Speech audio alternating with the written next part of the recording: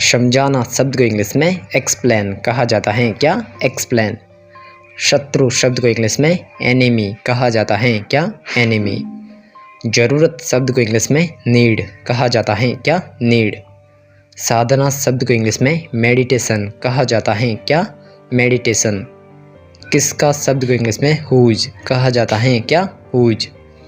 भुजा शब्द को इंग्लिश में आर्म कहा जाता है क्या? आर्म। कुंवारी शब्द को इंग्लिश में वर्जिन कहा जाता है क्या? वर्जिन। सैनिक शब्द को इंग्लिश में सोल्जर कहा जाता है क्या? सोल्जर। छिपाना शब्द को इंग्लिश में हाइड कहा जाता है क्या? हाइड।